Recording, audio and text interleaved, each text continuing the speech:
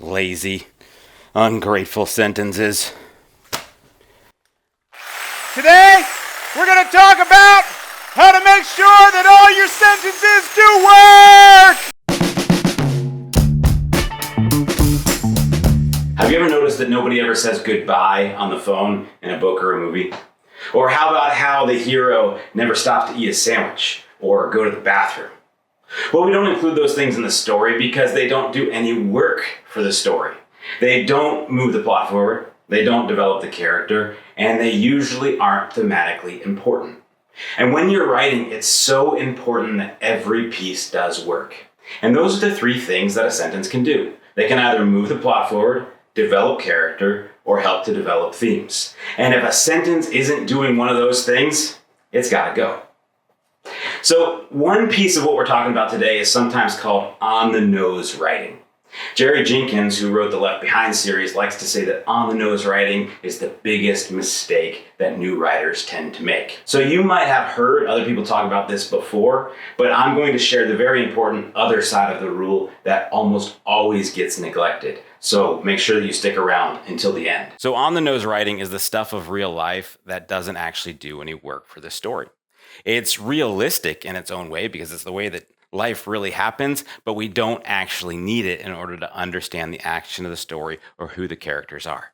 You know, for instance, when you make a phone call, there's about 30 seconds of stuff that you always do, and frankly, everybody always does it.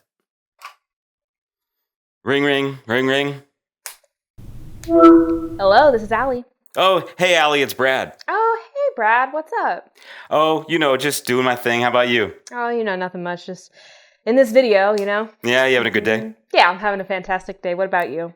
Yeah, it's pretty good. Good, I'm so glad to hear that. Yeah, but the reason that I'm calling is that your dog has died. Sugar? Yeah, Sugar and Tea. Auntie? Both of them, totally dead. Oh my gosh, this is horrible news. Yeah, so sorry to tell you like this, especially on a video and everything. Oh my gosh, this is terrible. Okay, well, I'll see you later then. All right, bye, see you later, have a good day. All right, thanks, Bye. Bye. Now, of course, that's kind of like what a real telephone conversation would be, but it wouldn't be very suitable for a story. It's boring, and we all know that people say things like hello and how are you doing and goodbye when they make phone calls. So instead, we jump right to the dialogue that does work. Like this. Ring, ring, ring, ring. Hello? Allie, listen, I don't know how to tell you this, but your dog, Sugar, he's dead. Oh no. And T too. And T too? Yes. So that moves a lot quicker, right? I don't need to know that the character threw away the wrapper from their sandwich into the trash can. Even though I did know they were eating a sandwich, I'm not laying in my bed that night saying, gosh, I wonder what they did with that piece of trash. So the story can just move on, and there are so many elements like that. We could give examples all day. But, as I said in the beginning, there is an important other half of this rule that often gets neglected.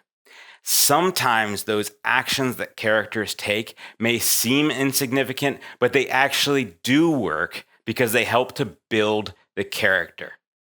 For instance, is there a specific way in which the character threw away that trash which shows me their internal state of mind? Did they angrily crumple the ball and throw it away? Or did they maybe fold it up into a neat little square because they're kind of very, very particular about the way that they do things? So sometimes those seemingly insignificant actions that we would want to throw away because of this idea of on-the-nose writing are actually some of our best instruments to show the reader what's happening on the inside of a character. Consider if someone's taking a drink. Normally, I don't need to know when your characters take a drink. It's not important to me. I'm going to assume that they are adequately hydrated unless you tell me otherwise. However, what would we infer as readers if the character just throws off the lid, throws it away, and just guzzles this water and dumps it over her head? Well, we're going to know that she's exhausted or maybe in a heightened emotional state. What if she very deliberately opens the lid and takes a big swallow as if to swallow the lump in her throat? Well, that might show me some way that she's feeling on the inside. How about if the character is in a job interview and every 10 seconds she's unscrewing the cap very deliberately and she's taking a little bitty drink and then deliberately screwing the cap back on? Again, that might show me some of the character's internal state. It allows the emotions that are happening on the inside of the character to come out and be shown to the reader, which is very, very important. So here's the key. Every sentence in your story has to do work. And the 3 types of work it can do is it can move the plot forward, it can develop character, or it can develop themes. As long as a sentence is doing one of those things, it may stay in the story. But if it's not doing one of those things, we got to cut it out. This isn't just a rule for short stories. No matter how long of a piece you're writing, cut out every sentence that doesn't do work. Those lazy, filthy jerks.